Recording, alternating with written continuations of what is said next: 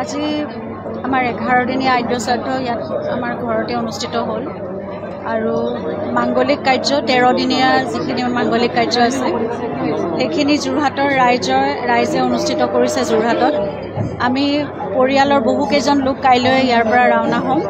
কাইলৈ আবেলি আমি যাম যোৰহাটলৈ আৰু পৰহিলে 1 তাৰিখে ৰাতিপুৱাৰ পৰা 13 দিনীয়া মাংগলিক কাৰ্য যিখিনি থাকে সেইখিনি যোৰহাটত অনুষ্ঠিত হ'ব। যোৰহাটৰ ৰাইজে, যোৰহাট বুলিয়ে নকওঁ, যোৰহাটৰ আশে-পাশে থকা সমূহ ৰাইজে মিলি সেই মাংগলিক কাৰ্যখিনি অনুষ্ঠিত কৰিছে আৰু সকলোকে তাত সহযোগিতা কৰিবলৈ, তাত উপস্থিত থাকিবলৈ অনুৰোধ জনালোঁ আৰু ৰাতিপুৱাৰ পৰা তেওঁলোকে জুবিনৰ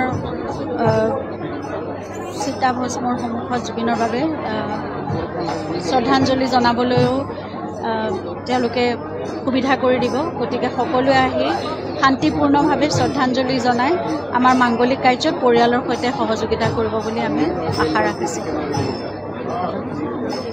আজি আমাৰ 11 দিনীয়া আদ্য শ্ৰাদ্ধ ইয়াত আমাৰ ঘৰতে অনুষ্ঠিত হ'ল আৰু মাংগলিক কাৰ্য 13 দিনীয়া যিখিনি মাংগলিক কাৰ্য আছে সেইখিনি যোৰহাটৰ ৰাইজে অনুষ্ঠিত কৰিছে। যোৰহাটত আমি পৰিয়ালৰ বহুকেইজন লোক কাইলৈ ইয়াৰ পৰা ৰাওনা হ'ম।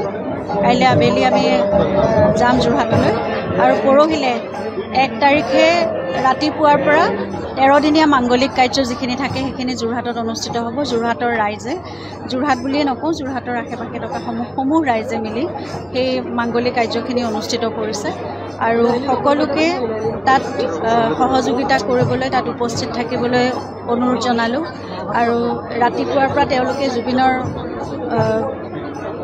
চিতাভস্মৰ সন্মুখত জুবিনৰ বাবে শ্ৰদ্ধাঞ্জলি জনাবলৈও তেওঁলোকে সুবিধা কৰি দিব। গতিকে সকলোৱে আহি শান্তিপূৰ্ণভাৱে শ্ৰদ্ধাঞ্জলি জনাই আমাৰ মাংগলিক কাৰ্যত পৰিয়ালৰ সৈতে সহযোগিতা কৰিব বুলি আমি আশা ৰাখিছোঁ।